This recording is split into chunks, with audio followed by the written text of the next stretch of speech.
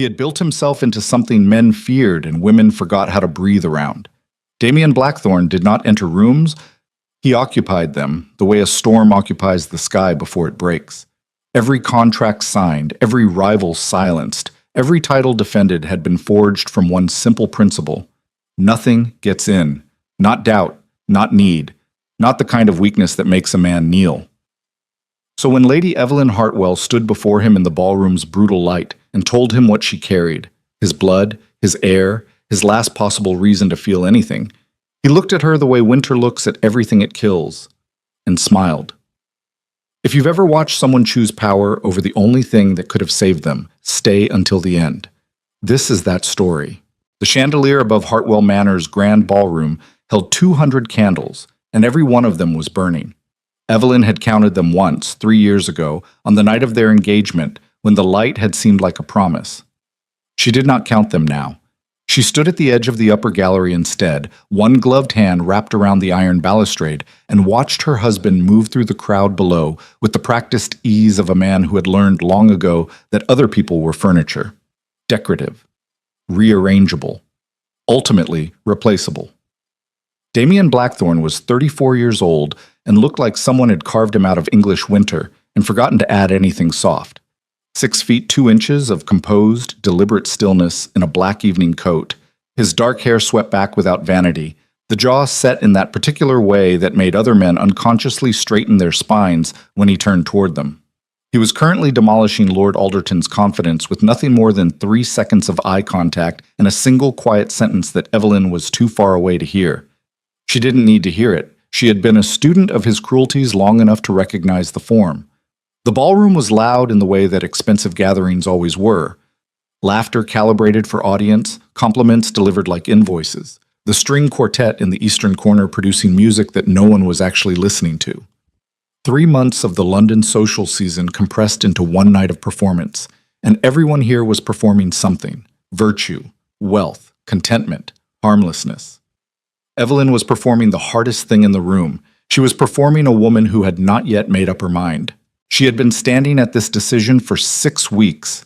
Not standing, suspended, the way you are suspended between the top of a staircase and the bottom of it in the single moment after your foot misses the step.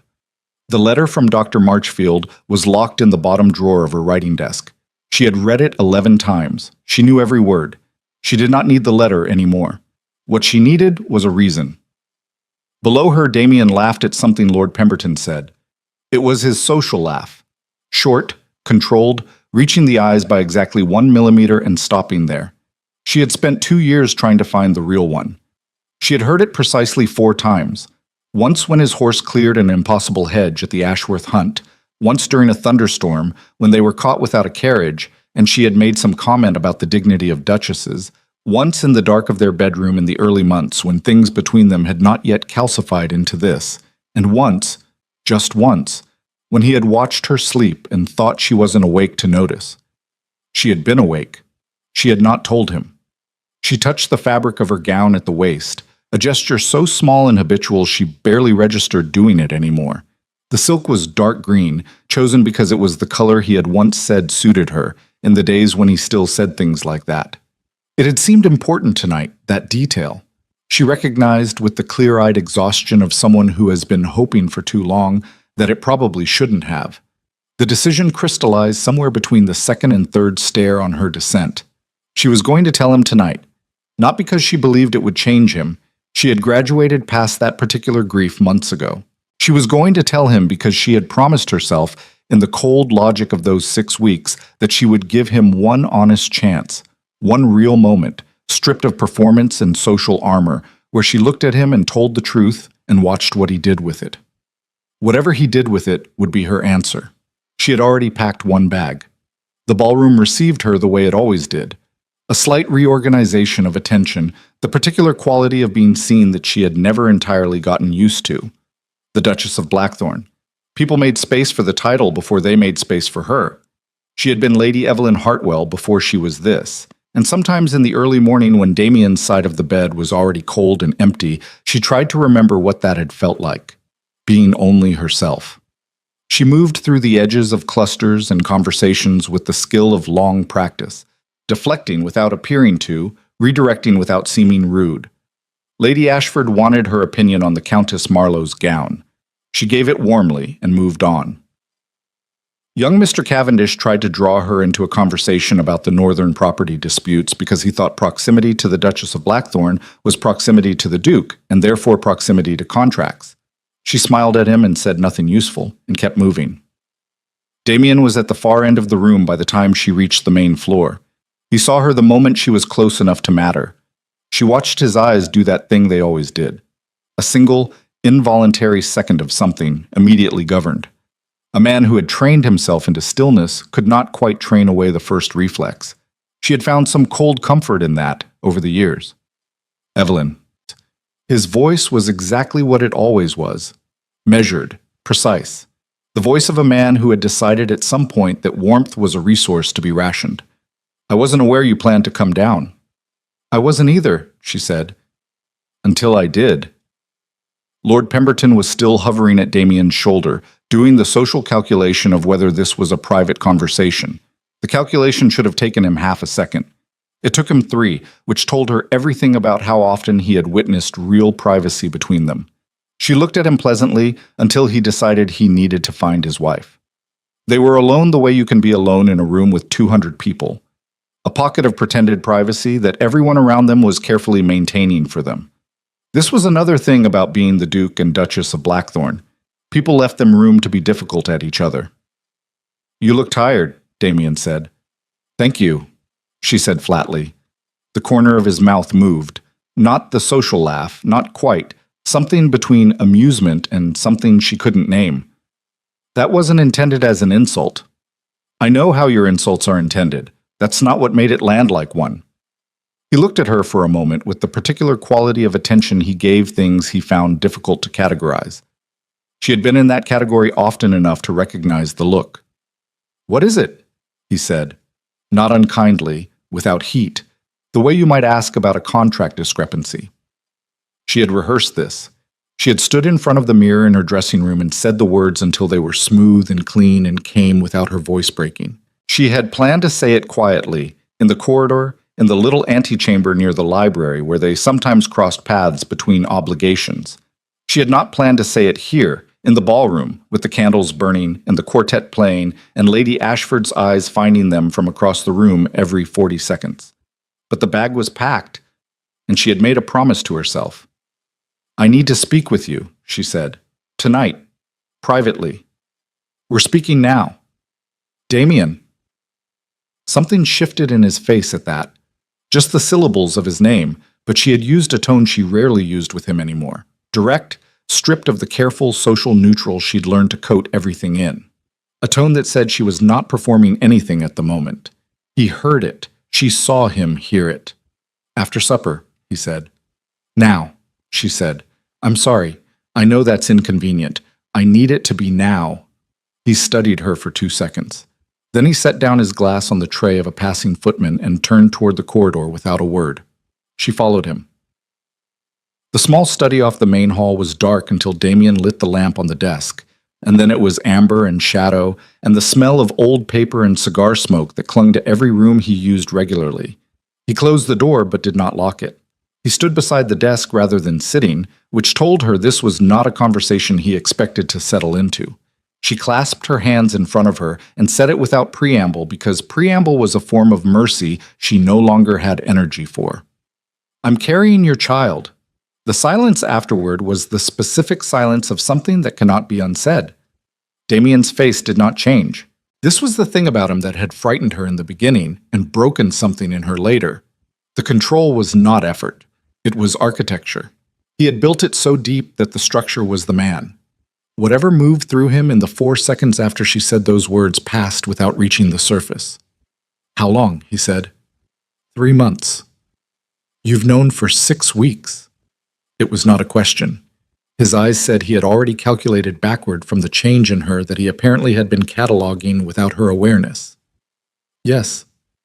You waited. I needed to decide. Decide what? The words were so clean, so perfectly, surgically stripped of the thing that a man who was not Damien Blackthorn would have put in them by now. The catch in the breath, the hand reaching, the involuntary crack in the armor that means another human being has just told you something that changes the shape of the world. He was looking at her the way he looked at litigation documents. Something in her chest that had been holding its shape for 3 months began to give. Whether there was anything left, she said, between us. Whether coming to you with this meant anything beyond a business arrangement regarding the production of an heir. She heard her own voice and recognized it was steady only because she had practiced being steady. I didn't want to tell you and watch you assign it to your secretary. He said nothing. This was another one of his techniques, silence used as architecture, waiting for the other person to fill it and reveal themselves. She had learned to stop filling it. She let it sit between them until it had enough weight that ignoring it required visible effort. Then she said the thing she had not planned to say. The thing the 6 weeks of cold logic had been built to protect her from saying, and which came out of her now because the bag was packed, and she was done protecting herself from her own voice. Damien, I am asking you not to make me leave. She watched him. I have spent 2 years trying to understand what you need from this marriage, and trying to become it, and failing. I am aware of that record. I am not asking you to pretend it doesn't exist. The hands clasped in front of her tightened slightly. I'm asking you to tell me there is something real here. Anything. I have this child and I have a husband who treats me with the same warmth he extends to his legal counsel, and I am asking you tonight whether that is all this was ever going to be. His jaw tightened. It was the first thing. The first visible thing. She had not expected it to hit her the way it did. That small, muscular acknowledgement, that single evidence of something being processed below the surface. Her eyes stung. She held them open. I know you don't do this, she said, and her voice was not completely steady anymore. I know this conversation is not what you signed on for. I am not unaware of how much I am asking. A breath. I am asking anyway. Damien turned away from her. He walked to the window. He stood with his back to her, hands clasped behind him, looking out at the dark garden where nothing was visible. She stared at the line of his shoulders and willed herself not to read anything into them and failed completely. The child will be provided for, he said to the window. Everything appropriate will be arranged. The floor did something strange, not physically, but there was a shift, a redistribution of weight inside her, as if something that had been upright for a long time had just decided it was done standing. She felt it from the sternum outward. That's not what I asked, she said. It's what I'm answering. Damien. The estate is prepared for an heir. He turned back to her then, and his face was what it had been when she walked in here, composed, closed, entirely illegible. The legal arrangements will be straightforward. The child will carry the Blackthorn name. You will have every resource. Stop. Her voice came out hard enough that he stopped. I know what resources look like in this house. I've been living inside your resources for 2 years. They are very comfortable, and they are completely empty, and I am not asking about resources. She stepped toward him. I am asking whether you are capable of giving a single honest answer to the question of whether you have ever felt anything for me. Anything at all. Because if the answer is no, her throat caught. She pushed through it. I would rather hear it plainly than spend the rest of my life in the waiting room of your indifference. He looked at her. She had found in 2 years of marriage that when she was this direct, this stripped of social mediation, it created something in him that she could never quite name. Not discomfort exactly, not the awkwardness of a man who did not know what to do, more like the specific expression of someone who has been touched in a place they had convinced themselves was beyond touching. He wore that expression now. He did not speak. She waited. He turned away. She stood there for one more moment, watching his back, waiting for something that was not going to come. Her eyes were dry. She was past the kind of grief that made tears. She was in the territory past that, where everything becomes very simple and very cold, and the decisions made there are the only ones that last. She said, very quietly, "All right." That was all. She turned and walked to the door, and she did not run because she had promised herself she would not run. And she opened the door and stepped back into the corridor, and the noise of the ballroom came at her like a wave, and she stood in the middle of it for 3 seconds, letting the sound hit her. And then she walked upstairs with her back straight and her face arranged, and Lady Ashford saw her cross the upper gallery, and later told 3 people that the Duchess of Blackthorn had looked, in that moment, like a woman who had stopped being afraid of anything. The bag was already packed. She had one letter to write. She wrote it at her dressing table with the door locked and the candle burning down and the sounds of the party rising through the floor beneath her feet. She did not write much.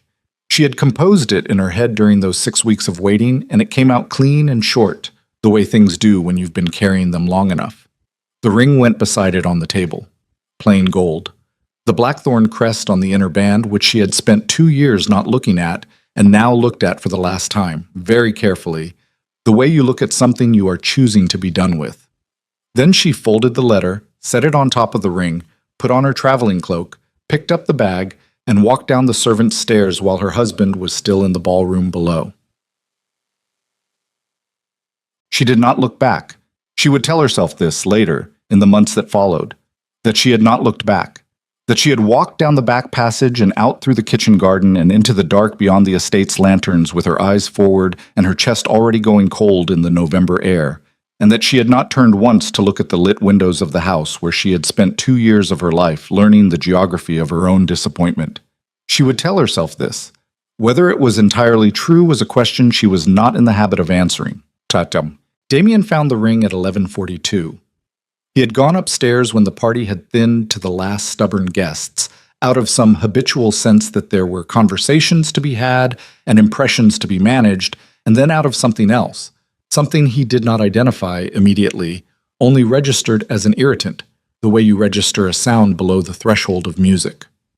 The door to Evelyn's room was unlocked. He had not expected that. Her door was almost always locked. He had stopped trying it 9 months ago. The letter was folded on the dressing table. The ring was beside it. He picked up the ring first, which was a thing he would think about later. Why the ring first? Why his hand went there before the letter? What that order of priority meant about a man who had spent 2 years insisting he had none. He put the ring down and opened the letter. It was 7 lines long. He read it twice.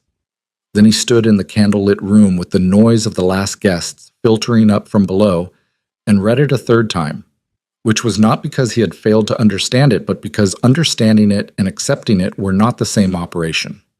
She had requested, in language that was precise and entirely without accusation, freedom. From the marriage, from the estate, from the name. She had asked nothing of him but the legal arrangements to be handled quietly.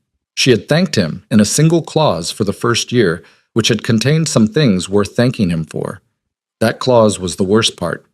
He folded the letter and set it back down and stood for a moment with both hands flat on the surface of the dressing table, looking at the small cleared space where the letter and ring sat. Her hairbrush was still there. A bottle of scent he recognized. A book left open face down, spine bent. These evidence of habitation, these small archaeological proofs of a person, while the person herself had already walked out into the November dark. He thought, she'll come back. The thought arrived not as hope, but as calculation. He was a man who had always operated on the assumption that things he needed would return to where he could reach them, because things he needed had always returned. The world had organized itself around his ability to attract gravity. She would come back. She would reach the village, or wherever she was going, and realize the impracticality of the thing, and the weather would be against her, and by morning she would be at some relation's house in the county sending word, and he would arrange for the carriage. He told himself this. He stood in the empty room for 6 minutes and told himself this with complete conviction. Then he crossed to the window and looked out at the dark grounds of the estate, where the lanterns along the drive illuminated nothing except the road going out. And somewhere below him in that dark was the woman who had stood in his study 2 hours ago and asked him whether he had ever felt anything for her, and he had turned to the window, and she had said, "All right," and he had let her walk out. Something inside him did a thing it had not done in a very long time. It did not have a name he was willing to give it. He put the letter in his coat pocket and went back to the party. At 12 past midnight, the last guests were shown out. At midnight, Damien sat alone in the study with the lamp turned low and a glass of brandy that he had not touched in 40 minutes, and the letter in his hand and the ring on the surface of the desk in front of him. The house was completely quiet. In the servants' quarters at the far end of the east wing, the first shifts of the night staff were settling. In the ballroom, the footmen were extinguishing candles in rows. He read the letter a 4th time. Then he put it down very carefully and sat with his hands loose on the armrests of the chair and looked at nothing in particular, which was a thing he almost never did. He was not a man given to stillness without purpose. Stillness was for those who had nothing to calculate. He was calculating now. It was not the child, or not only the child, though the child was there, a fact he had processed and placed carefully in a mental compartment during their conversation and had not yet retrieved. 3 months. She had known for 6 weeks and had waited, had been deciding. He understood, with a clarity that required no generosity to his own behavior, exactly what she had been deciding, whether anything was worth deciding about. He had answered that question. He had given her nothing. He had stood at the window with his back to her and told her about estate arrangements and legal provisions while she stood behind him and asked him whether she had ever mattered, and he had given her nothing, and she had said all right and walked out of the room and kept walking. He closed his hand around the letter. The fire in the grate had burned low. He did not tend it. Outside the study windows, the wind had picked up and was moving across the grounds with the particular directional force of late November in the North Counties, the kind of cold that made coaches dangerous and roads treacherous and solitary travel in the dark, a serious proposition for a woman traveling alone with... His mind stopped. He sat forward. She had packed a bag. One bag, which meant she had been planning this before tonight, had packed it before he had turned away from her at the window, had packed it in anticipation of exactly the answer she received because, on some level, she had already known. She had said, "I need to decide," and she had decided. And the deciding had involved a bag, and a letter, and a winter night, and a woman 3 months along, alone in the dark outside the estate walls, with whatever money she had managed to set aside, heading for a road toward... He stood up. The movement was not dramatic. He was not a man given to dramatic movement. He simply stood, with the specific quality of a man who has just realized that the thing he was calculating is no longer the relevant question, and walked to the bell pull. Henderson appeared in 50 seconds, which told Damien his valet had not yet gone to bed, which told him Henderson had been listening for the bell, which told him the staff knew more about the state of this marriage than he had intended. "Have Mrs. Hartwell's whereabouts been noted tonight?" Damien said. "By anyone on the estate?" Henderson was a man of 20 years' service and absolute discretion. His face did not move. "James in the kitchen reports the garden gate was unlatched at approximately 10:30, Your Grace. He thought it was one of the under-gardeners." 10:30, 2 hours and 15 minutes. "Get Connors," Damien said, "and tell him to bring a horse."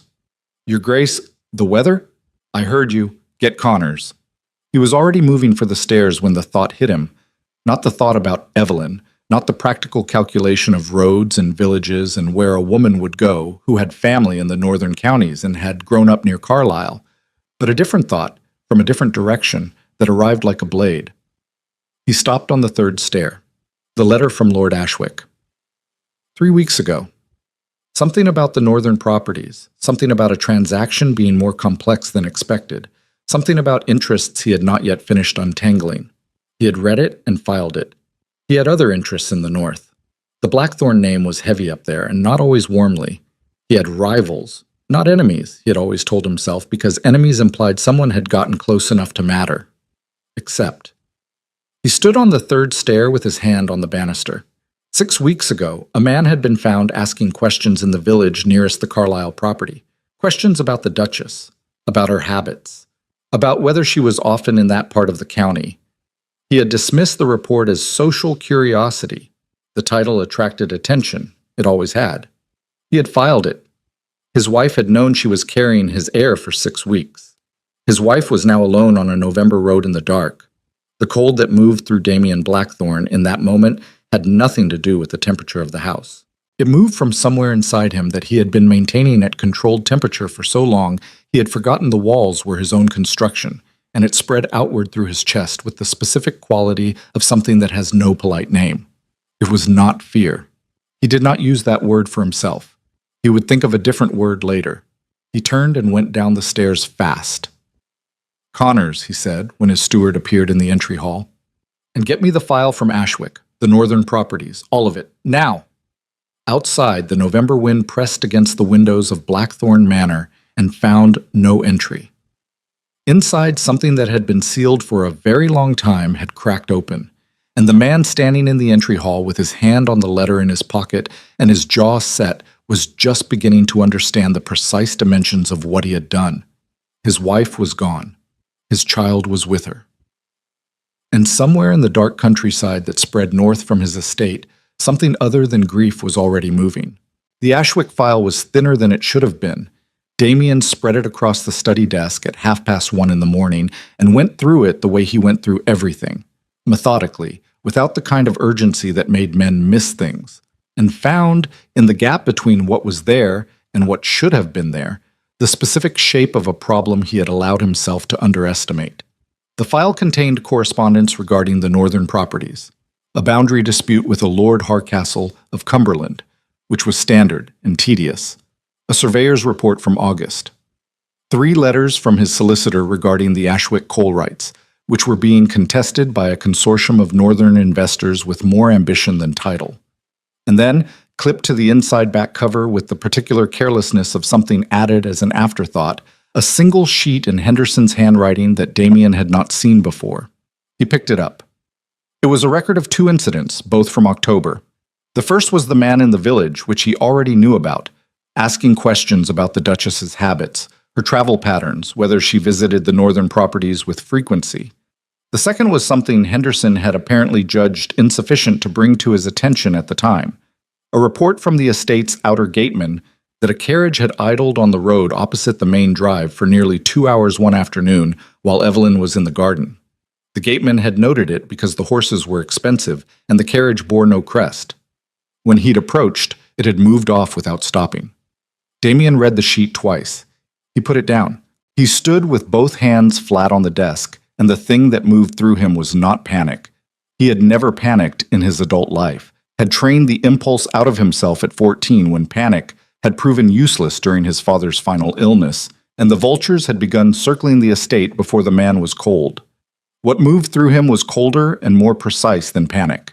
It was the recognition of a pattern he had seen before in business, in politics, in the slow grinding machinery of aristocratic power plays, the recognition that someone had been watching and waiting and measuring the distance between himself and something he could not afford to lose.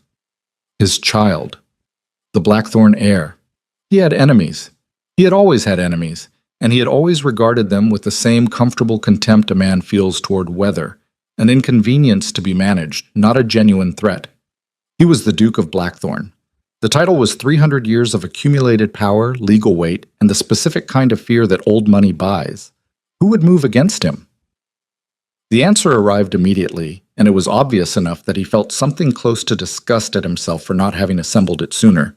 His uncle, Reginald Blackthorn, 51 years old, legitimate heir to the dukedom in the event Damien died without issue, a man who had spent 20 years performing warmth and loyalty with the consistency of a professional actor, who sent gifts at Christmas and appeared at every family occasion with his broad politician's smile and his careful questions about the estate's finances, who had been the first to offer condolences at their wedding, his wedding, with the particular quality of a man performing a role he had rehearsed for a long time. Damien had always known Reginald wanted what he had. He had known it with the distant clarity of a fact that required no action. He was the Duke. He was 34 years old and healthy and entirely capable of producing an heir, which he had now done, and the dukedom was secured and Reginald was irrelevant. Except, 6 weeks ago, Evelyn had found out she was carrying his child. 6 weeks ago, a man had appeared in a northern village asking questions about the Duchess. The carriage had appeared in October. Before that, he went through the timeline with the mechanical precision of someone assembling a structure from scattered parts. Before that, Reginald had visited the estate in September, unannounced, for what he had called a familial call. Damien had been in London. Reginald had spent 3 hours at the estate, with Evelyn. He picked up the pen. 3 letters. One to his solicitor with specific instructions regarding the Blackthorn legal structure and the protection of the heir's claim. One to his man of business in the north with instructions to make inquiries, carefully, quietly, in the way that did not announce itself until it was too late for anyone to move. One to the constable in the nearest village along the northern road. He had the letters sealed and with a rider before 2 in the morning. Then he went out himself. Connors had the horse ready, as instructed. The groom who brought it was doing the particular kind of careful nothing with his face that meant he had opinions he was choosing not to express. Damien mounted without comment and turned the animal north on the main road. The cold was brutal. November in the north counties was always brutal, but this was the particular brutality of a night that had decided to make a point. The wind coming off the moors with a directional force that found the gap between collar and neck and did not apologize for it. The road frozen to a hardness that made the horse's hooves ring against it like struck metal. He rode without hurrying because hurrying on this road in this cold and the dark would kill the horse and leave him on foot, which would serve no one. He thought about Evelyn while he rode. This was new, or rather, it was the recognition of something that had been happening without his permission for some time. The thoughts about Evelyn existed in a compartment he had built for them and periodically maintained, and they were supposed to stay there, and lately they had not been staying there. Lately they surfaced at inconvenient moments during contract negotiations. In the early morning before he was fully awake, in the 2 seconds before his social reflex engaged whenever she entered a room. He thought about her in the study 2 hours ago. Her voice stripped of its careful social register, the particular quality of someone who has decided to stop protecting themselves from the accuracy of their own feelings. The things she had said, whether you are capable of giving a single honest answer, which had landed somewhere specific in him and had not left. He had turned to the window. He rode through the dark and did not examine the reason he had turned to the window, because examining that reason was work he had been refusing to do for 2 years, and one night's crisis was not sufficient motivation for that particular excavation. What he could allow himself was this. She was somewhere on this road, or off it, 3 months along, in November, because he had turned to the window instead of... He stopped that thought with the precision of long practice. What mattered now was finding her. What mattered now was that if his uncle had, in fact, been watching the Blackthorn estate for movement, for the appearance of a pregnant duchess traveling without guard, without announcement, in the dark, then whatever he had been planning for a contingency had just become a present-tense opportunity. And Reginald Blackthorn was not a man who let opportunities age. He found the first sign of trouble 12 miles north, where the road bent toward the valley and the village of Coldmoor sat at the bottom of a slope like an afterthought. The coaching inn at Coldmoor was the only establishment of size for 20 miles in any direction, which meant it was the only logical stop for a woman traveling alone who needed to rest before dawn. The yard was dark when he rode in, but the stable boy who came out to take his horse was awake enough, and for a shilling was willing to confirm that yes, a woman had taken the back room around midnight, traveling alone, which the innkeeper had noted because it was unusual and because she had paid in advance without being asked. She was still here. Damien stood in the stable yard and felt something release in his chest that he had not acknowledged was locked. He went to the inn's back entrance, which the stable boy indicated with the wordless pragmatism of someone who had facilitated private conversations before and would again. The innkeeper, a thick-set man named Pharaoh, who had clearly been pulled from sleep, regarded him with the assessing look of a man who had seen enough quality arrive at odd hours to know when not to ask questions. "The lady in the back room," Damien said. "Is she safe?" Not a question. Pharaoh's eyes did something careful. "She's resting, Your Grace." Damien looked at him. "2 men arrived about an hour after she did," Pharaoh said. "Asked for the register. I told them we didn't keep one." A pause. "They're in the public room now, waiting for morning," they said. "What did they look like?" Pharaoh described them. They were not the description of men who waited. Damien said, "Which door to her room?" He knocked twice, quietly. There was a silence on the other side of the door that had a particular quality. Not sleep, but listening. "Evelyn?" He kept his voice low and even. "It's me." The silence changed shape. Then, "You followed me." Not a question either. Her voice through the door was flat, controlled, and contained something that was not surprise. "Open the door," he said. "No." He put one hand on the door frame and pressed the other flat against the wood and breathed once, slowly, through his nose. "There are 2 men in the public room who are not here for the accommodations. I need you to open the door, and I need you to do it now." A longer silence. The bolt slid. She had not undressed. This registered before anything else. She was still in her traveling clothes, the cloak draped over the chair, her one bag on the bed beside her as if she had been considering whether to pick it up. Her face was the face of someone who had been very controlled for several hours and was continuing to be controlled through an act of will. Her eyes went past him to the corridor and came back. "What men?" she said. "My uncle's, if I'm right. I'm usually right." He stepped inside and pushed the door shut behind him. The room was small, one window, the kind of serviceable plainness that made no promises. "How are you traveling?" "I arranged a hire coach at the crossroads. It comes at 6. "It won't come at 6. Her jaw tightened. "You don't know that." "I know that if Reginald has been watching the estate, he has someone watching the road." He looked at her directly, with the particular quality of not looking away from things that were difficult. "The hire coach is known. If someone asks the right questions in the right village, they know your route." Something moved through her face, not fear. He registered, with a clarity that surprised him, that it was not fear but fury. The specific fury of a woman who has been moving through the dark alone for hours, trusting in her own preparation, told by the man who drove her to it that her preparation was insufficient. "You should not be here," she said. "I told you in the letter." "I read the letter." "Then you understand." "I understand that you are carrying my child, and that 2 men are sitting downstairs waiting for you, and that none of the things you arranged to avoid me are going to help you avoid them." He was not raising his voice. He never raised his voice. He was aware of this as a tool, and was using it now as he always did, keeping the level flat, and even while the thing underneath it had an edge, he was not trying to hide. "We can have the other conversation later. Right now, I am asking you to trust me long enough to get you out of this inn." She stared at him. He watched the calculation in her face, not the emotional calculation, though that was there too, but the practical one, the survival arithmetic of a woman who had been taking care of herself for months and was now being asked to hand something over to the man who had made that necessary. "Why?" she said. "Why what?" "Why come yourself? You could have sent Connors." He held her gaze for a moment. "Get your bag," he said. It was not an answer. She knew it wasn't an answer. He saw her decide to take it anyway, and the decision moved across her face as a single compression of the mouth, not acceptance, but the specific pragmatism of someone who knows which fights belong to which moments. She picked up the bag. He put out the lamp. "What?" They went through the kitchen. The cook's boy was asleep on a stool and did not wake.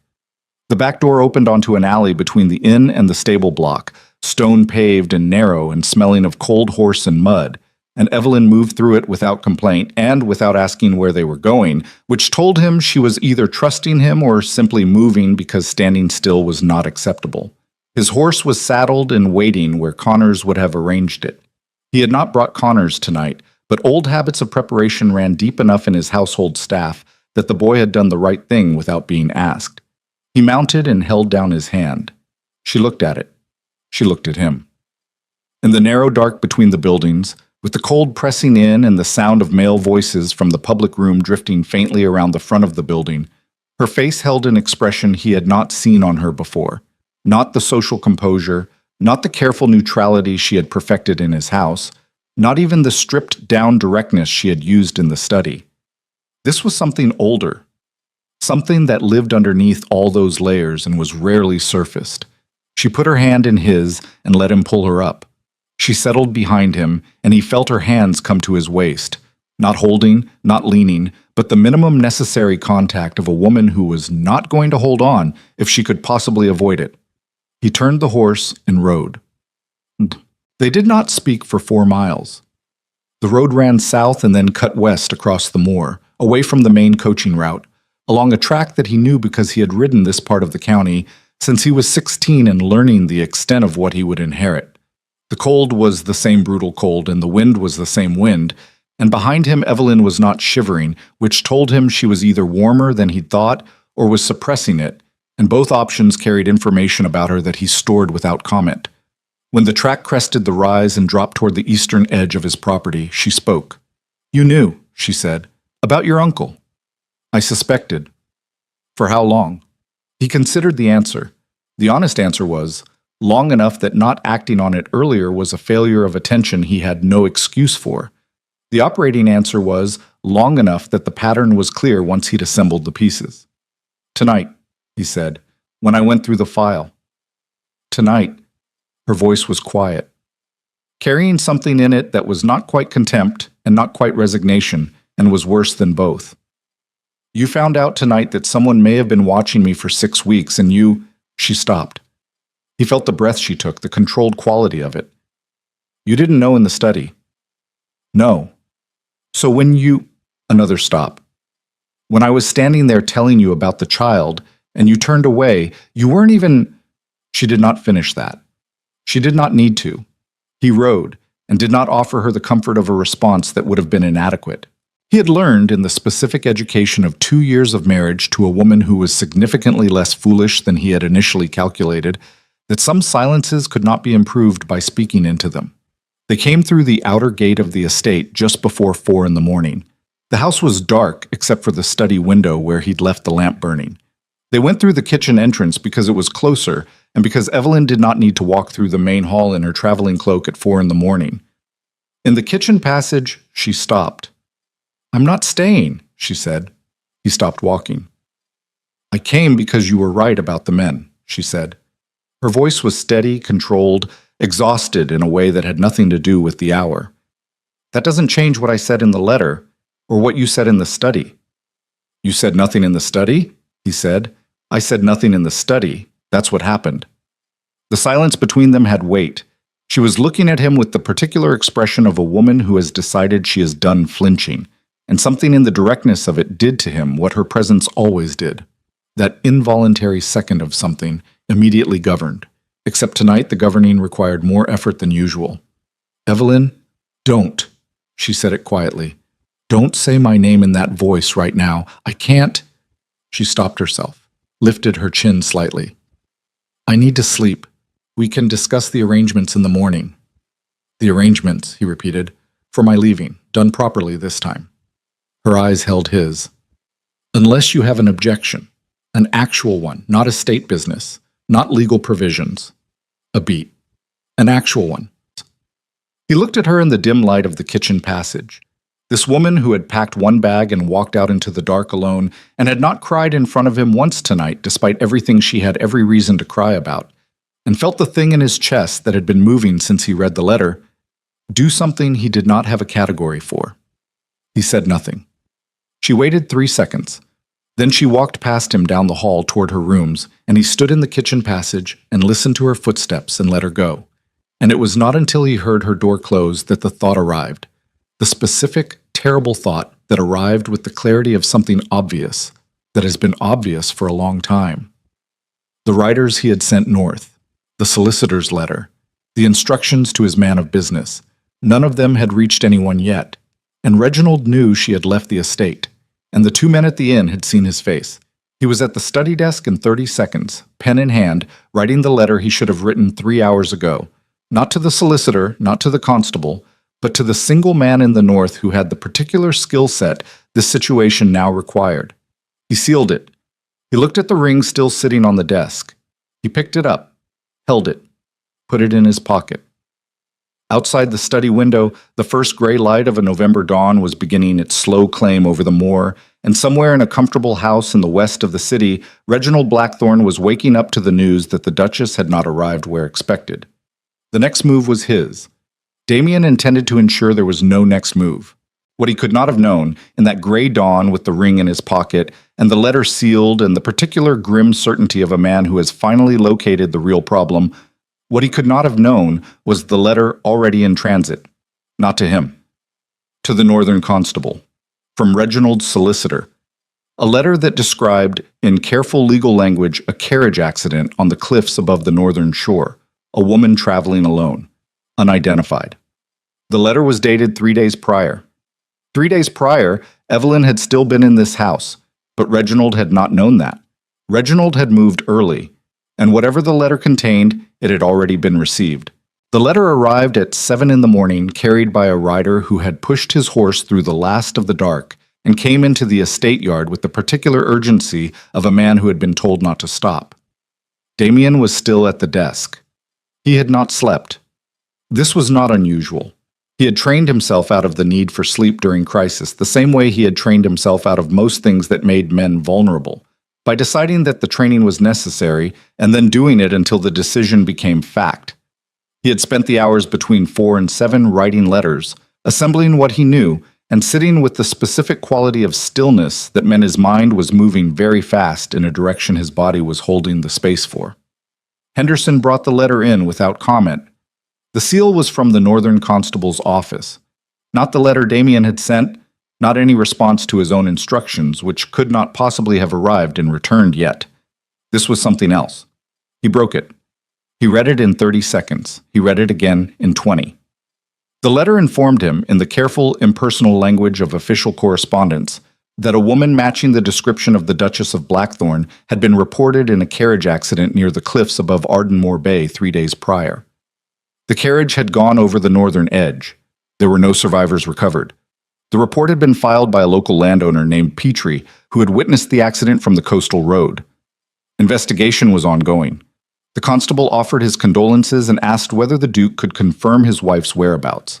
Damien set the letter down. He sat very still for a moment. Then he stood and walked to the door of the study and said, without raising his voice, "Get my horse." Henderson appeared immediately, which confirmed he had been standing within earshot. "Your Grace, and wake Connors, and bring me the name of every man my uncle has retained in the North Counties in the last 12 months. He turned back into the room to get his coat. "I'll want it before I leave." "Your Grace," Henderson's voice had something in it, "the Duchess is asleep down the hall." He said it evenly, without looking up from the coat buttons. "She arrived at 4 this morning. She's fine." A pause. "Tell no one else." The silence behind him had the quality of a man absorbing information that rearranged several things simultaneously. "Yes, Your Grace," Henderson said. Connors had the North Road memorized the way career men memorize the geography of their employer's concerns, which was to say, he knew every property, every tenant, every constable, and every man of business within 50 miles of every Blackthorn holding. He had been with the estate for 18 years. He was 61 years old and built like a fence post, and had the kind of face that had stopped being readable around the time he turned 40. Damien rode beside him and laid out what he knew in the flat, precise manner he used for situations that required other people to move fast without asking unnecessary questions. Connors listened without interrupting. This was one of the things Damien valued about him. When he was finished, Connors was quiet for a moment. "Petrie," Connors said, "you know the name." "I know the land. It borders the Ashwick eastern edge. There was a dispute about it 4 years back, before your father died. Petrie wanted access rights to the coastal road. He was denied." Connors kept his eyes on the road. "He's been a tenant of your uncle's since the settlement." Something locked into place with the specific sound of a thing that should have been obvious. Damien looked at the road ahead and felt the particular sensation of a man who has been playing a game he didn't know he was in. Not the vertigo of surprise, but the cold lucidity of someone who has just identified the board and realized how long the other player has been moving pieces. Reginald had filed the accident report 3 days ago. 3 days ago, Evelyn was still in the house, which meant he had prepared it in advance, which meant the plan was not reactive, not triggered by her actual departure, but preemptive. He had created the legal groundwork for the Duchess's death before the Duchess had done anything to make death possible. He had been intending this for longer than 6 weeks. The thing that moved through Damien then was not rage. Rage was for men who had not yet decided what to do. What moved through him was something much quieter and much more dangerous. The absolute crystalline stillness of a man who has located the thing that threatened what he would not lose and is calculating the most efficient way to eliminate it. He had not admitted until approximately 4 this morning, in a kitchen passage with Evelyn's footsteps moving away from him down a dark hall, that there was something he would not lose. The admission had arrived without ceremony, the way real things do, not as revelation, but as recognition. He had been aware of it for some time without allowing the awareness to mean anything. Last night it had meant something. The ring was still in his pocket. They reached the northern edge of the Ashwick property by midday. The Petrie farmhouse sat on a rise above the coastal road, stone-built and sullen-looking, with the particular quality of a place that had been used for purposes beyond its stated ones. 2 horses were tied at the front that did not belong to a farmer. Damien did not slow his approach. The man who came to the door was not Petrie. He was younger, better dressed than the land warranted, with the specific posture of a man employed to be present in places and ensure things. He registered Damien's approach and did the fast calculation of whether to close the door. He was not fast enough. "Where is Petrie?" Damien said. The man's eyes went to Connor's and came back. "I don't know who—" "You know exactly who I am." Damien walked past him into the house. "Where is Petrie?" Petrie was in the back room. He was 60 years old, weathered, and wearing the expression of a man who had made a transaction he had convinced himself was clean until the other party arrived at his door. He stood when Damien entered, which was the reflex of a man who had spent a lifetime in proximity to title and then clearly wished he hadn't stood because standing made him more visible. "Your Grace," he said. Damien looked at him for a moment without speaking. He had learned at some point in his 20s that silence applied at the right pressure did more structural damage to a man's composure than any direct accusation. He let it sit. He watched Petrie's hands and his breathing and the small muscular telegraphing that a frightened man cannot entirely suppress. "The accident report," Damien said. "You filed it 3 days ago." Petrie's jaw tightened. "I witnessed—" "You witnessed nothing. Not raised, not heated, flat as a blade. The woman you described was in my house 3 days ago. She arrived at the estate at 4 this morning. She is there now." He took one step forward. "You filed a report describing the death of my wife based on information provided to you by someone who paid for that description. I want to know the exact words that were used. I want to know when they were used, and I want the name of every person who was present for that conversation." Petrie said nothing. His hands were doing the thing they had been doing since Damien walked in. A faint, irregular movement, not quite trembling, the physical evidence of a man trying to hold very still while something inside him was not holding still at all. "Mr. Petrie," Damien said, "I have in my coat pocket a letter that will, when delivered to the appropriate solicitor, initiate proceedings against you for the filing of a false official report, the conspiracy to defraud the Blackthorn estate, and the facilitation of a documented threat against the heir to that estate." A pause. "I also have the discretion not to deliver it, if the information I receive in the next 5 minutes is sufficient." Another pause. "I am very good at deciding which option is more useful. I need you to give me something to work with." The silence in the room had a texture to it. Petrie broke in 40 seconds, which was faster than Damien had expected. The name was not Reginald's. This was the thing that stopped him. Not the first name, which was expected, which Connors had already sketched the outline of on the ride north. The first name was a solicitor named Graves, who worked out of the northern office and had been retained by Reginald's interests for years. That was expected. That was the middleman, the mechanism, the paper trail that led where he knew it led. The second name was the one that hit like a structural failure. Henderson. Petrie said it with the specific reluctance of a man handing over something he knows will damage him, regardless of the outcome. Because he'd been told this name was insulation, was the name that would never surface, and now he was saying it to the Duke of Blackthorn in a farmhouse above a coastal road and watching whatever insulation he'd been promised dissolve in real time. Damien stood with the name in the air between them and felt the specific sensation of a foundation discovering it was not what it had been built as. Henderson. 20 years. Every piece of correspondence that had moved through the estate, every rider dispatched, every letter sent, every conversation held within earshot of a man who had been standing within earshot deliberately.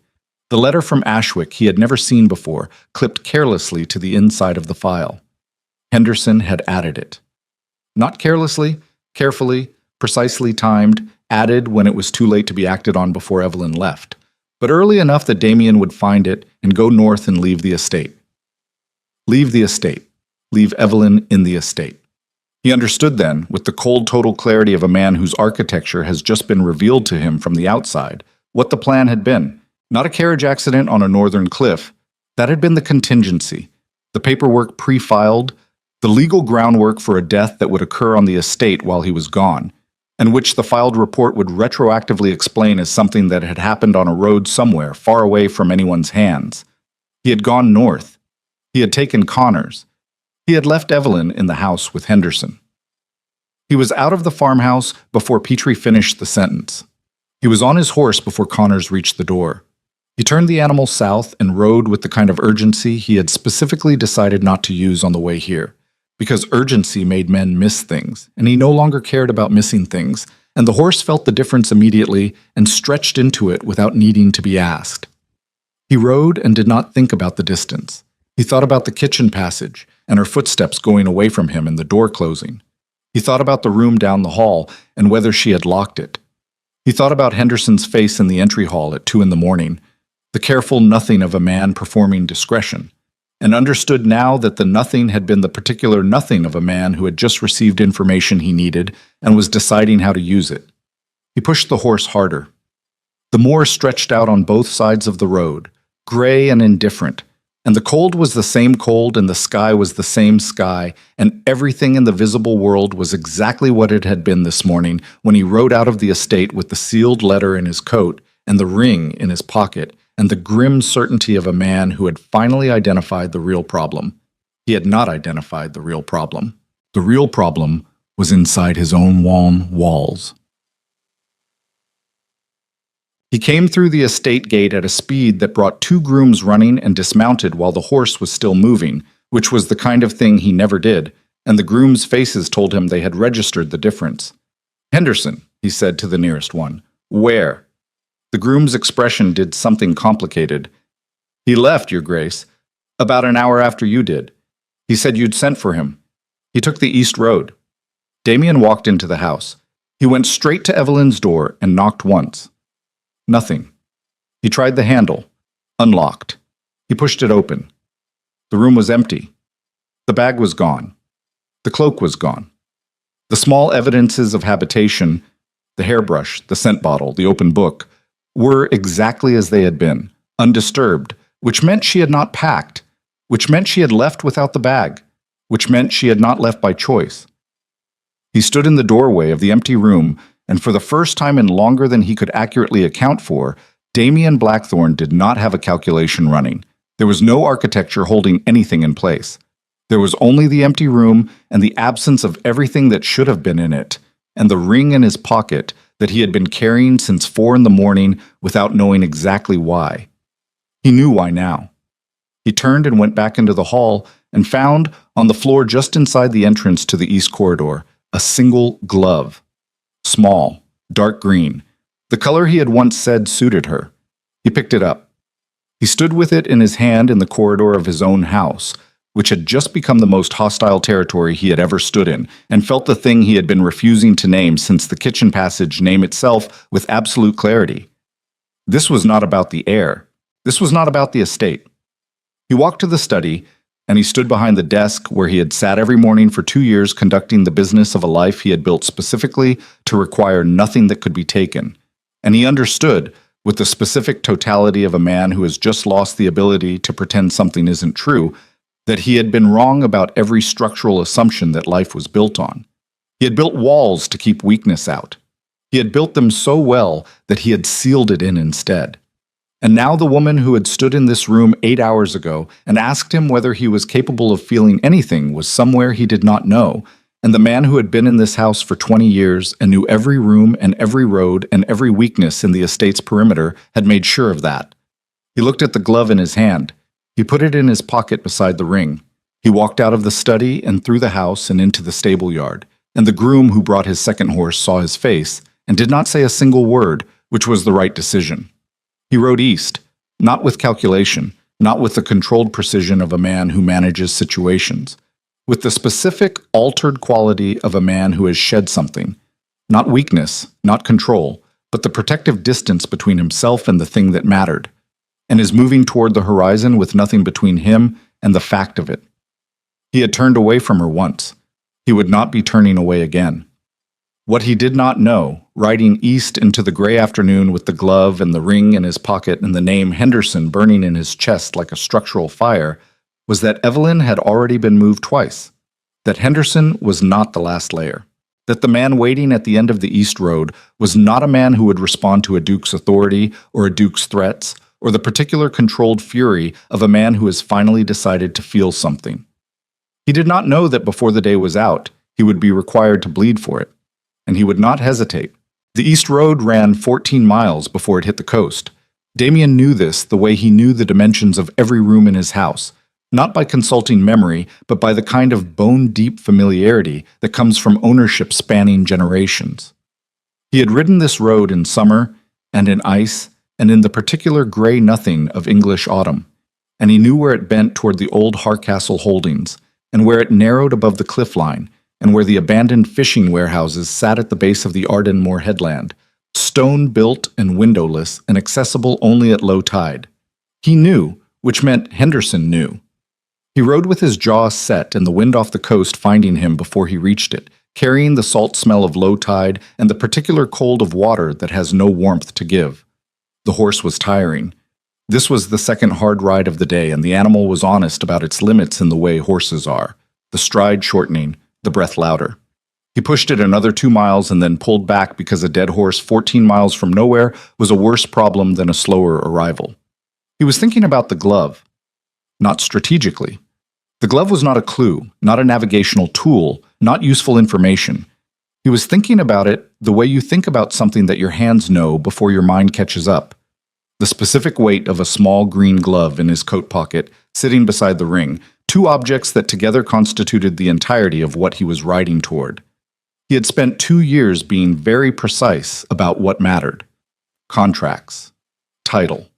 The architecture of power that kept the estate intact and the name unassailable. He had built the precision like a wall and stood behind it, and called it competence and called it strength. And the wall had been real, every brick of it, right up until the moment it had not protected the one thing that apparently could not be protected by a wall.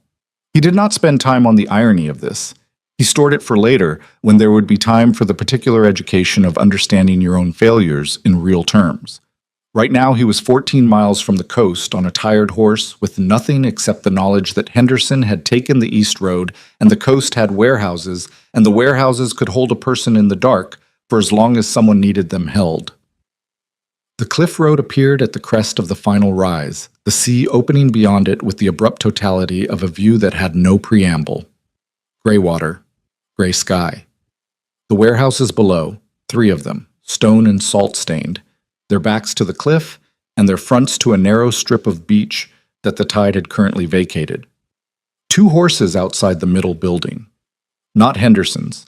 Different animals, better quality, the kind of horses that belonged to men who were paid enough to maintain them well. Damien counted the horses and counted the implications and put the horse he was riding into the trees 20 yards back from the cliff edge and went the rest of the way on foot. He came down the cliff path in the last of the afternoon light and moved along the base of the stone wall of the first warehouse with the specific quality of a man who has done field work of this kind before. Not frequently, not by preference, but with the focused competence of someone who learned young that a duke's authority stopped at the edge of what could be enforced, and enforcement was sometimes a physical proposition. He could hear voices from the middle building before he reached the door. One he recognized. Henderson, older, quieter than he had ever sounded in the estate halls, stripped of the professional servant's careful modulation. The other 2 voices were male, functional, the voices of men who had been hired for specific work and were waiting to be told to begin it. And then, cutting through all 3, a 4th voice, his uncle's. Reginald Blackthorne was in the building. Damien stood with his back against the stone wall outside the closed door and felt the information settle into the structure of everything he already knew. Reginald was not supposed to be here. Reginald was supposed to be at a comfortable remove, in the city, surrounded by the social alibi of a man who had no knowledge of any northern difficulty, who would receive the news of the Duchess's tragic accident with appropriate grief, and who would be in a solicitor's office by the end of the week filing documentation for the reversion of the estate's title succession. Reginald was here because something had gone wrong with the plan. Damien coming north. Damien returning with Evelyn. Damien riding east before noon. Something had required his personal attention, and personal attention meant he had miscalculated the speed of Damien's response, and miscalculating the speed of Damien's response was the first real mistake Reginald had made in however long he had been doing this. Damien moved to the door. It was not locked. A locked door announced itself.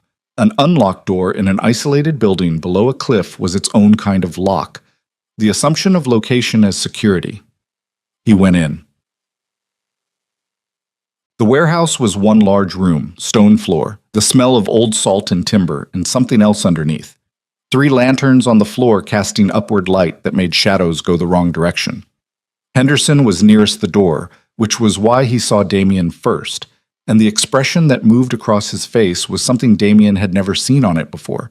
Not guilt exactly, which would have implied a residual moral framework, but something more primitive. The expression of a man who has been caught not in a lie but in his actual nature, and finds that nature being looked at by someone whose opinion of it still matters to him on some vestigial level. Damien did not look at Henderson. Evelyn was against the far wall. Standing, not restrained, though the 2 men positioned near her made the restraint implicit. She was in her traveling cloak, which meant they had taken her before she could change, which meant before 8 in the morning. Her face when she saw him was the most unguarded he had ever seen it. Not relief, not the collapse into someone else's strength, but something harder and more complicated than that. The specific expression of a person who has been managing something alone and is now watching the management become shared, and is not yet sure what to do with the redistribution. Her eyes went to his coat, the small, involuntary inventory of a person checking for injury. He was not injured yet. Reginald was standing at the center of the room with a quality of presence that Damien recognized because he had grown up in proximity to it. The kind of assurance that old entitlement produces in men who have never genuinely had to fight for anything, but have watched others fight and taken notes. He was 60 years old, broad through the shoulders, his white hair a precise arrangement, wearing the expression of a man who had expected more time. "Damien," Reginald said. The warmth in it was the social warmth, the politician's reflex, still operating even here, even now. "This is not what it appears." "Tell me what it appears," Damien said. "I want to hear your version." Something shifted in Reginald's face. The warmth recalibrated, still present, but underneath it something older and harder surfaced, the actual face of a man who has been performing warmth for 20 years and is tired of the performance. "The girl is fine," Reginald said. "She will continue to be fine. I wanted to speak with her privately, away from me. Away from the estate's complications." A beat. "You've made a mess of this, Damien. You know that. A pregnant wife who fled in the night, a carriage search, riders going north. The talk alone will damage the estate's standing for years. I came to manage the situation quietly. You filed a death report 3 days ago." Reginald was quiet for 1 second. Just one. "That was a precaution," he said. "A contingency in the event the situation became legally complex. You filed a report describing my wife's death before she had left my house." Damien's voice was the flattest it had ever been. There was nothing underneath it. No heat, no shake, the voice of a man who has moved beyond the territory where emotion is useful. "You paid Petrie. You used Henderson. You had the succession documentation prepared. You were going to have her killed and file it as an accident and stand in a solicitor's office in London with the paperwork already clean and the title already moving." He looked at his uncle with an attention so total it was almost physical. "How long? Damien, how long have you been preparing this?" The silence in the room was the kind that happens when a question strips the last available pretense from a situation. Reginald straightened slightly, and the warmth left his face entirely, and what was underneath it was simpler and more honest and somehow worse. Not monstrous, not the face of a man who enjoyed what he'd done, but the face of a man who had decided something was necessary and had organized his morality around that decision for long enough that the organizing felt like principle. "Since your father's funeral," Reginald said, "since you stood at the head of the estate at 22 years old and looked at everything that should have been shared and treated it as your personal inheritance." A pause. "Since you married her and spent 2 years making it clear you had no intention of producing an heir, and the title was going to sit in your hands until you destroyed it through sheer emotional incompetence." His voice was controlled. "I built something, Damien. In the years your father wasted and the years you sealed yourself away from any obligation to this bloodline. I built something and I intend to see it continue." "With my son," Damien said. Reginald's jaw tightened. He had not expected that word. The specificity of it, the particular quality of a man claiming something with complete intention. "The child's claim is contingent on on my what?" The 2 men near Evelyn had moved fractionally during the conversation. Damien had tracked them without appearing to. He tracked them now. On your being in a position to assert it, Reginald said, and the sentence arrived at its destination with the weight of a man who is committed to a thing. The first man moved. He was competent. They both were.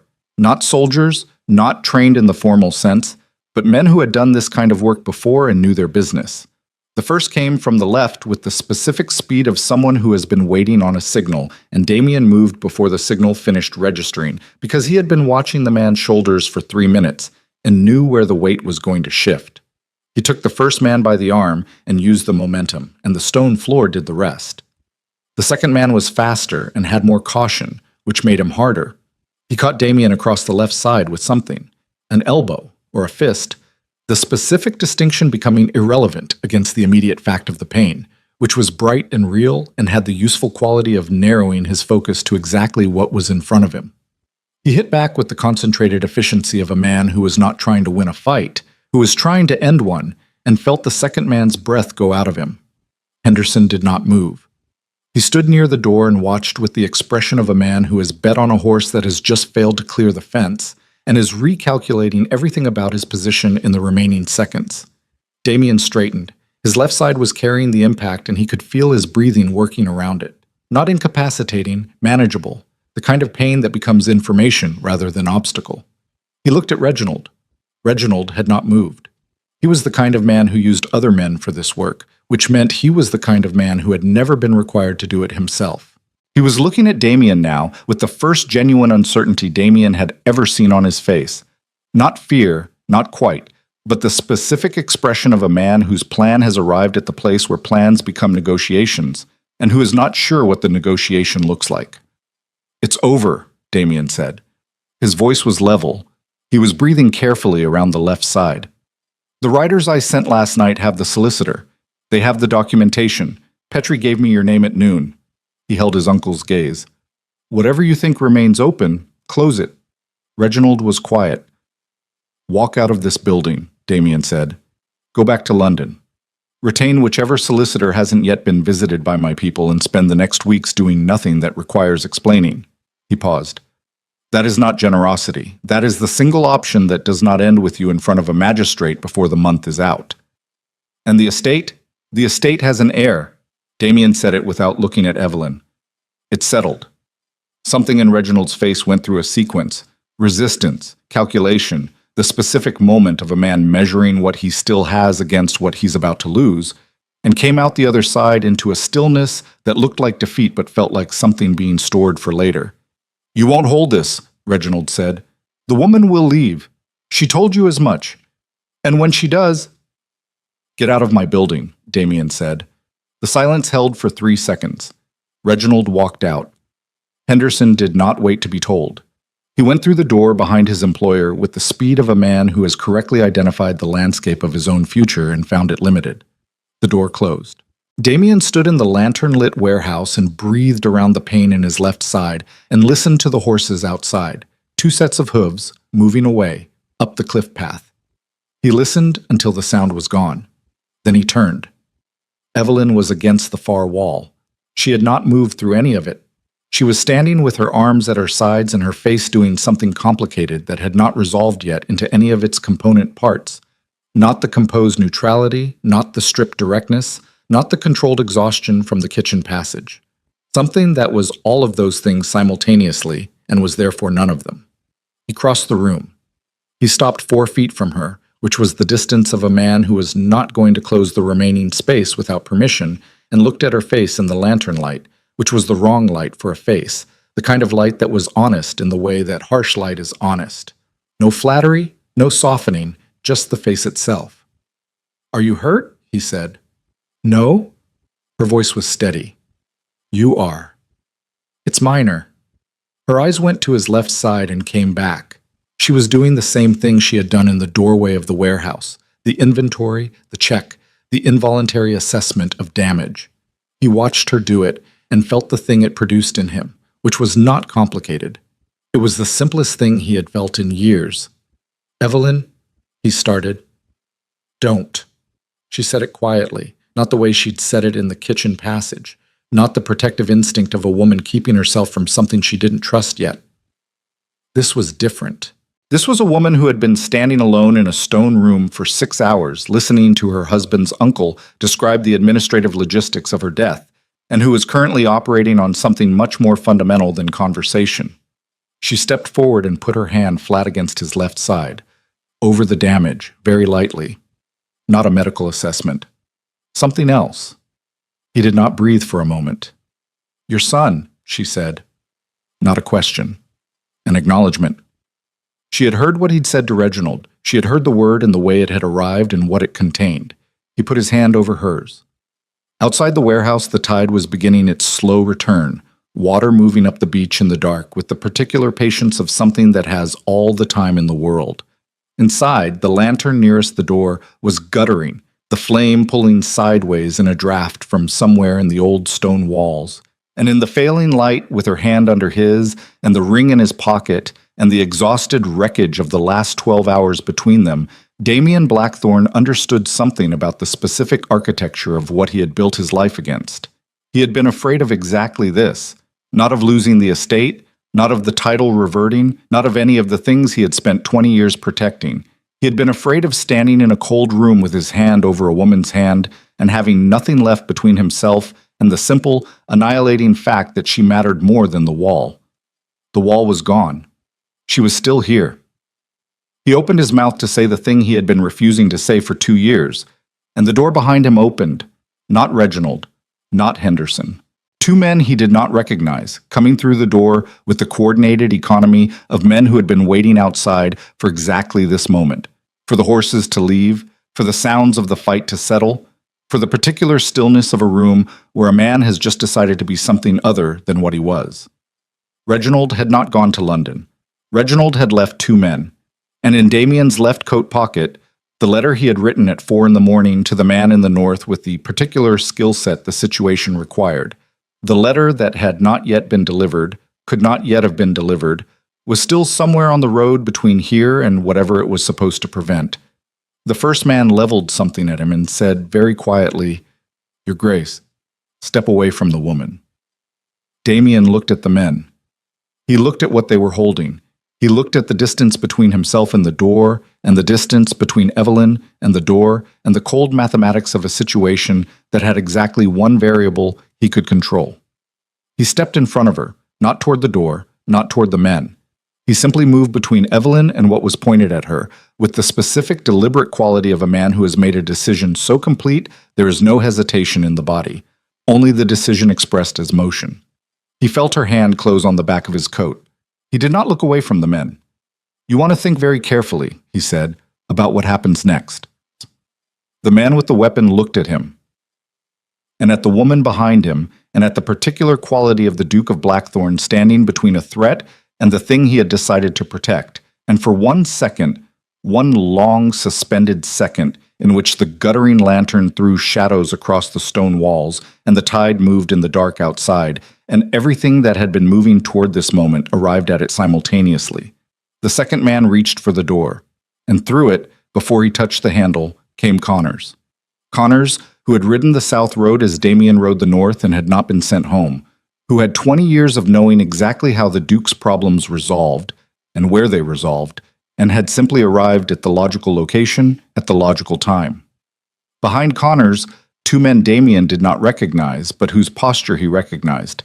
His man of business from the north, and one other, which meant the letter had been received after all, had been received and acted on with a speed that the situation had apparently demanded. The room shifted. Damien did not move. He stood where he was between Evelyn and the door, with her hand still closed on the back of his coat, and he looked at the man with the weapon, and he said one word. "Choose." The lantern went out. In the dark, something gave way. The lantern went out, and the dark lasted exactly 4 seconds. 4 seconds of stone floor and salt air, and the sound of men deciding, which is a specific sound. Not silence, but the particular held quality of bodies recalculating what the next 10 seconds cost them against what they were being paid. Damien stood in the dark with Evelyn's hand closed on his coat, and his own breathing worked carefully around the left side, and he did not move because moving in a dark room toward men holding weapons was how men died stupidly, and he had not come this far to die stupidly. Connors put a lantern through the door. In the new light, the two men looked smaller than they had in the dark. Not physically. They were the same men, the same size, the same equipment, but light had a way of stripping the theatrical weight from a threat, leaving only the practical arithmetic, and the practical arithmetic in the warehouse had shifted considerably in 4 seconds. Two of Connors's men inside now, one at the door, the man of business from the north with the particular posture of someone who had a magistrate's letter in his coat pocket and was prepared to produce it. The man with the weapon looked at Damien. Damien looked back. "Put it down," Damien said. Not loud, not heated. The voice of a man who has already decided how this ends and is extending the courtesy of letting the other person reach the same conclusion independently. The weapon came down. The second man sat on the floor without being asked, which was the specific behavior of someone who had been in this situation before and knew the geometry of it. Connors moved with the efficiency of a man who had been arranging consequences for 20 years and found the work familiar. The ropes were his own. He had apparently anticipated the need. He had also apparently sent for the local constable before leaving the estate, because the constable arrived 12 minutes later with 2 deputies and the particular expression of a man who had received a letter from the Duke of Blackthorn that morning and had spent the intervening hours hoping the situation would resolve itself before requiring his personal involvement. It had not resolved itself. He did his job. Damien gave his account in the flat, precise manner he used for legal documentation, not because he was performing calm, but because the adrenaline had metabolized into something else during the 4 dark seconds, something quieter and more settled, the specific stillness of a man on the far side of a thing he had been moving toward all day. He answered the constable's questions. He identified the men. He provided the name Reginald Blackthorn with the same tone he would have used for a weather report, and watched the constable write it down with the careful penmanship of a man who understood the weight of what he was writing. Through all of it, Evelyn stood to his right, not behind him, beside him, which was a distinction he registered without comment. She answered the constable's questions when asked, directly and without embellishment, and her voice had the quality he had first noticed in the study the night before, stripped of performance, accurate, belonging entirely to the person using it. When the constable was done, he took the 2 men and left. Connors took his men and stood outside. The warehouse was empty. "I'm timid." They walked up the cliff path in the dark. Damien went first because the path was narrow and he knew it, and because his left side made the footing require more attention than he was willing to admit, and he did not want her to see him manage it. She came up behind him with the sureness of someone who had spent the day in a stone room deciding she was not going to be diminished by it, and when they reached the top and the path widened, she came level with him and did not comment on the way he was breathing. Connors had 2 horses waiting. Evelyn looked at them and looked at Damien and said, "Can you ride?" "Yes." "That's not what I asked." He looked at her. "I can manage," he said.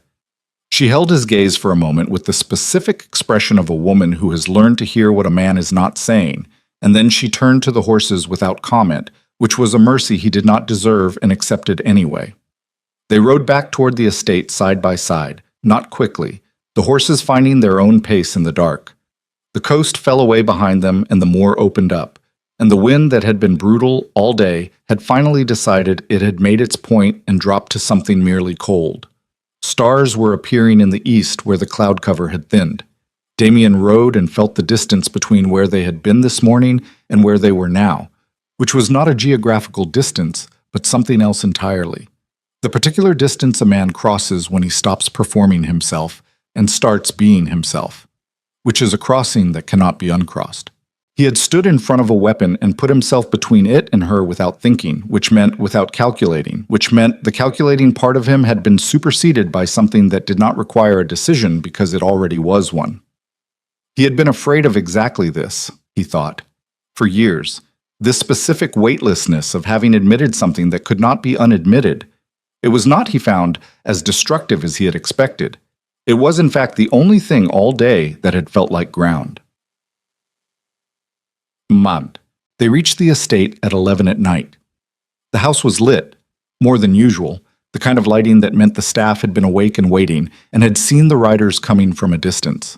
The housekeeper met them in the entry hall with the expression of a woman who had spent the day managing her own fear and was now managing its release, and Damien saw her eyes go to Evelyn and then to his left side and back to Evelyn, doing the same inventory Evelyn had done in the warehouse.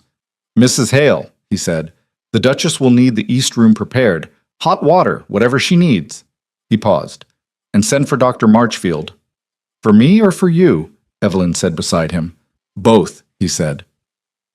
Mrs. Hale took Evelyn upstairs with the quiet authority of a woman who had been managing this house since before Damien was born and knew exactly when to ask questions and when to simply move.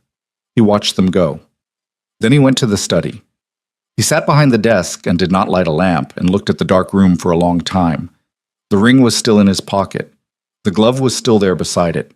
He took them both out and set them on the desk surface in front of him, side by side, and looked at them in the dark. He had built this room, this desk, this title into the whole of what he was. He had done it deliberately, beginning at 14 when his father's illness had made the estate's vulnerability visible, and he had decided with the cold clarity of a boy who was about to become responsible for everything that vulnerability was the enemy, that the only reliable protection was not needing. That a man who could not be reached could not be hurt, and a man who could not be hurt could not lose, and a man who could not lose was safe. He had been wrong, not about the mechanics. The mechanics were accurate. He had been right that a man who did not feel could not be leveraged through his feelings. He had built a dukedom of considerable power on exactly that principle, and it had served him well in every room except the ones that mattered. He had been wrong about what safety was for. He had built a fortress and locked himself inside it and called that survival, when survival, the actual thing, not the performance of it, was what Evelyn had been doing since the day she arrived in his house and refused to stop being herself, despite every reason he had given her to disappear into the wallpaper. She had survived him. She had carried their child alone for 6 weeks and made a calculation about what her life was worth, and walked out into a November night with one bag, and that was not weakness. That was the most intact kind of strength he had ever witnessed, and he had spent 2 years being too sealed into his own architecture to recognize it. He picked up the ring. He held it for a moment. Then he got up and went upstairs. Jessit. He knocked at her door. She said, "Come in immediately," which meant she had not been asleep, which meant she had been waiting for exactly this. He stepped inside. She was sitting in the chair by the window in a dressing gown, her hair down, the first genuinely unguarded version of herself he had seen since the early months of the marriage, when things between them had not yet set into their familiar shapes. Dr. Marchfield had come and gone. Damien had passed him in the corridor, received the report in 30 seconds, and understood from the doctor's careful neutrality that everything was intact and that the stress of the day had not caused harm that could not be recovered from with rest and quiet. He stood inside the door. She looked at him. Not with the careful social neutral, and not with the stripped exhaustion, and not with the directed anger of a woman who has been given every reason to be angry. She looked at him with something that was quieter than any of those and more specific, the expression of a person who has decided to simply look at the thing in front of them and see it accurately. He sat down in the chair across from hers, which meant they were 6 feet apart and both in chairs, which was perhaps not the conventional arrangement for what he needed to say, but was the one available to him, and he put the ring on the armrest between them where she could see it. She looked at it. She looked at him. "I owe you the truth," he said. "Not an apology. I'll give you that too, but apologies are easy. The truth is harder, and it's what you asked me for in this study 8 months ago, and I turned to the window instead of giving it to you." He held her gaze. "You asked me whether I had ever felt anything for you." She was very still. "The answer is that I have felt things for you since approximately 4 months into this marriage that I had no framework for, and refused to examine because examination was the one operation I had specifically decided was too dangerous to perform." He said it with the same precision he brought to contracts and litigation, because precision was the only language he fully trusted himself in, and this was the one moment in his life where the language had to be right. "I pushed you away, not because you failed at anything, because you were succeeding. Because every time you were in a room with me, you were making the walls thinner from the inside, and I had built those walls for 20 years, and I did not know what I was without them." Evelyn did not speak. "I know what I am without them now," he said. "I have had most of today to find out." A breath, careful around the left side, which Marchfield had wrapped efficiently, and which still had the useful quality of keeping him honest about what things cost. What I am without them is a man who rode 14 miles on a tired horse because the alternative was not acceptable, who stood in front of something pointed at you because the alternative did not occur to me as an option, who has had your ring in his coat pocket since 4 in the morning because putting it back on the desk was something I could not bring myself to do. He stopped. He looked at her face, which was doing the complicated thing it had been doing since the warehouse. All its components present simultaneously, none of them resolved yet into a single expression. I'm not asking you to forgive 2 years in one night, he said. I'm not asking for anything tonight. I am telling you the truth because you asked me for it, and I owe it to you, and because I have spent enough time being a man who turns to the window, and I am finished with that particular version of myself. The room was quiet. Outside the window, the estate grounds were dark and still, the last of the night moving slowly toward the kind of pre-dawn gray that was neither dark nor light, but somewhere between the two, honest about what it was. Evelyn reached out and picked up the ring. She did not put it on. She held it in both hands and looked at it, and he watched her look at it and did not rush the silence, because this was a silence that belonged to her, and he had taken enough from her already, without taking that. You could have let me leave, she said finally. This morning, when I said I wasn't staying. You could have arranged the lawyers and made it clean and kept the child in the bloodline and never had to do any of this. Yes, he said, but you didn't. No. She turned the ring in her fingers. Why? He looked at her directly, with the total quality of attention he brought to things he had decided to stop managing from a distance. Because clean wasn't what I wanted, he said. You were what I wanted. You have been what I wanted for the better part of 2 years, and I have been a coward about it in every specific way a man can be a coward. And I am telling you that now because it is true, and because you deserve the truth more than I deserve the comfort of withholding it. Something in her face shifted. Not the resolution he was hoping for. He was not expecting resolution. Had not come in here expecting to receive anything, only to give what was owed. What shifted was something more foundational. The particular movement of a woman whose bones have been braced against impact for a very long time, and who is beginning, cautiously, with every reason not to consider that the impact may not be coming. I am not the same woman I was at that ball, she said. Her voice was quiet and level and entirely honest. You should know that. What I went through tonight, what I've been going through since November, that changed the shape of things.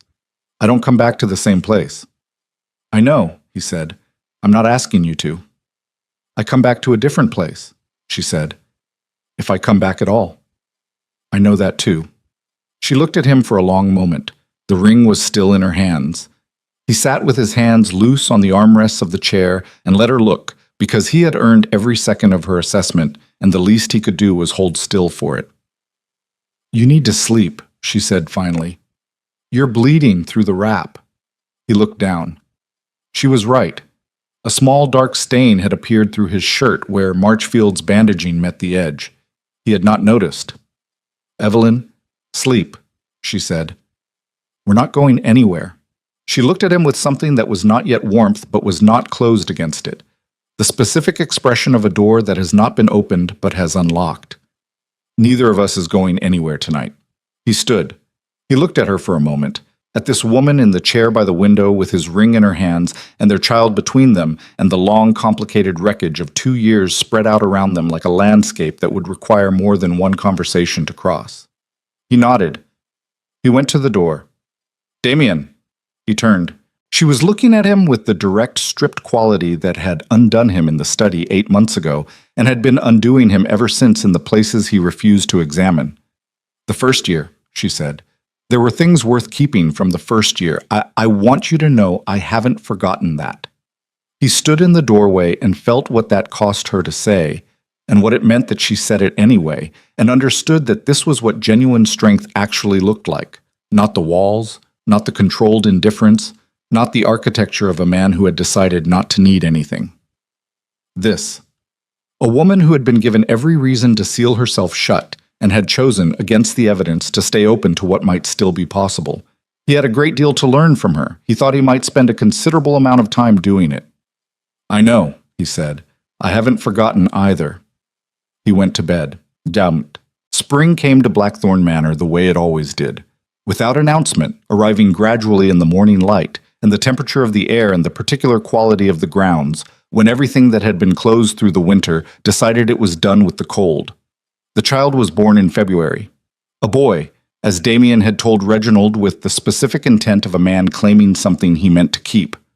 He was named James, which was Evelyn's father's name, and which Damien had offered without being asked, which was one of a series of gestures across those months that were not grand and were not dramatic, and were simply the daily work of a man learning to be present in a life he had previously administered from behind glass. Reginald did not contest the succession. The magistrate's letter had contained sufficient material to make contesting it an act of considerable personal risk, and Reginald was, above all things, a man who calculated risk. He retreated to his property in Wales and was not heard from in any direction that mattered. Henderson's replacement was a woman named Carver, who had been running the household accounts for the estate's northern property for 11 years and who had the useful quality of having no allegiances except to competent management. She reorganized the study filing system in her first month with an efficiency that Damien found both useful and faintly humbling. The charities came later and came from Evelyn. She brought the idea to him in April, sitting across the desk in his study the way she had begun to do. Not by appointment, not formally, but with the easy directness of a woman who had stopped needing to announce herself. She laid out the framework in clear, specific terms. Properties in 3 counties, legal protection for women who had left marriages without the resources to contest the exit, funding for children born outside the formal structures that the aristocracy used to sort the legitimate from the discarded. She was watching him with the particular expression she wore when she was waiting to see whether he would disappoint her. He read the framework twice. He looked up. "You'll need a separate legal structure," he said. "Not the estate solicitor, a separate engagement, so the charities operate with independent standing." He turned the paper over and began writing. "And the northern property would work better than the city ones for the residential element. More space, less visibility from the kind of people who would find reasons to object." She was quiet for a moment. "You're not going to argue about the cost," she said. "No." "Or the optics with the house?" "No." He kept writing. "The house has spent 300 years deciding which children count. We can afford the optics of disagreeing with that." He heard her breathe. Just once, a particular quality of breath. Not relief exactly, but the specific release of a woman who has been braced against an argument that did not arrive. He looked up. She was looking at him the way she sometimes looked at him now. The direct, accurate look that missed nothing, that had been unnerving him since the study 8 months ago and had graduated into something he had no better word for than necessary. He needed that look the way structures needed load-bearing walls. He had come to understand that being accurately seen by another person was not the destruction of a man. It was the thing that made a man actual. "The framework is good," he said. "Give me the weekend and I'll have the legal structure drafted." She nodded. She gathered the papers. She stood to leave. "Evelyn." She turned in the doorway. The same study, the place where 8 months ago she had asked him a question and he had turned to the window. She stood in it now with James on her hip, the boy awake and solemn with the particular gravity of a 4-month-old who is taking the measure of every room and the morning light coming through the study windows, finding them both. Damien looked at her. There was nothing articulate he could produce for what he felt looking at her in that doorway, with the light and the child and the long, complicated road of everything they had survived to arrive at this particular Tuesday morning in spring. He was not, he had discovered, a man who produced the articulate version of things easily. He produced the accurate version, which was sometimes the same thing, and often wasn't. He got up from the desk. He crossed the room and stopped in front of her, close enough that James reached out one hand and closed it experimentally on his coat lapel, with the casual property of a child who had decided this person was part of the permanent landscape. Damien looked at the small hand on his lapel and then looked at Evelyn. She was watching him with the unlocked expression. Not the closed door and not the thrown-open door, but the door standing ajar, the way it had been standing since November, the way it had been inviting him for months to simply walk through it at the pace the thing required. He put the ring on her finger. He had been carrying it for months by then, not always in his pocket, but kept. On the desk. On the nightstand. Present in the daily geography of a life being rebuilt from its actual components rather than its performed ones. He had been waiting for the moment that was not a gesture, not a production, not the kind of thing designed to be witnessed, just the moment that was right. She looked at the ring on her hand, she looked at him. "That's not a question," she said. "No," he said. "It's a fact. You can argue with it if you want." Something moved through her face that was the final resolution of all those unresolved expressions. The complicated one from the warehouse, the locked one from the kitchen passage, the stripped one from the study, all of them arriving at the same place at the same time, and the place they arrived at was simply this: a woman who had decided, with full knowledge of every reason not to, that this was real, and that real things were worth the cost of protecting.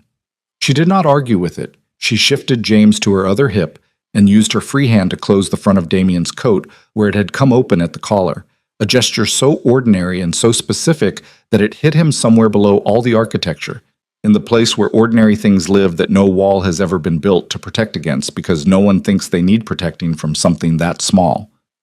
She walked out of the study into the morning. Damien stood in the center of the room that had been his fortress and his prison and his only legible language for 20 years. And he was not the Duke of Blackthorn in that moment in any way that the title had ever meant.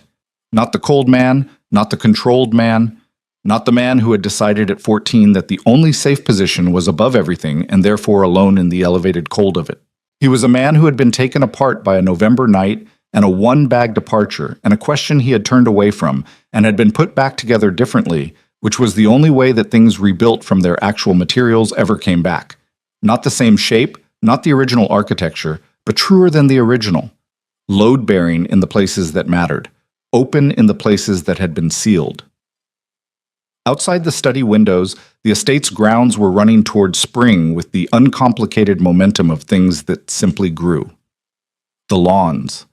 The garden his wife walked through in the mornings with their son. The paths between the buildings that were no longer patrolled by the specific silence of a house that had given up on warmth. He had not known, standing in his father's study at 14 and deciding what survival required, that survival and living were not the same operation. That the machinery of not losing and the actual experience of having something were entirely different countries with no road between them except through the thing he had spent 20 years calling weakness. He knew now. He had paid the specific price of learning it, which was the only price education of that kind would accept, and he would spend the rest of his life, not in grand gestures, not in dramatic reversals, but in daily, ordinary, unspectacular presence, making certain that what he had almost lost understood, in every small legible way available to him, that he knew what it was worth. The spring light moved across the study floor and reached the desk, and the ring was no longer there. And somewhere in the house, a child made a sound and a door opened and the day continued. That was enough. That was, it turned out, everything.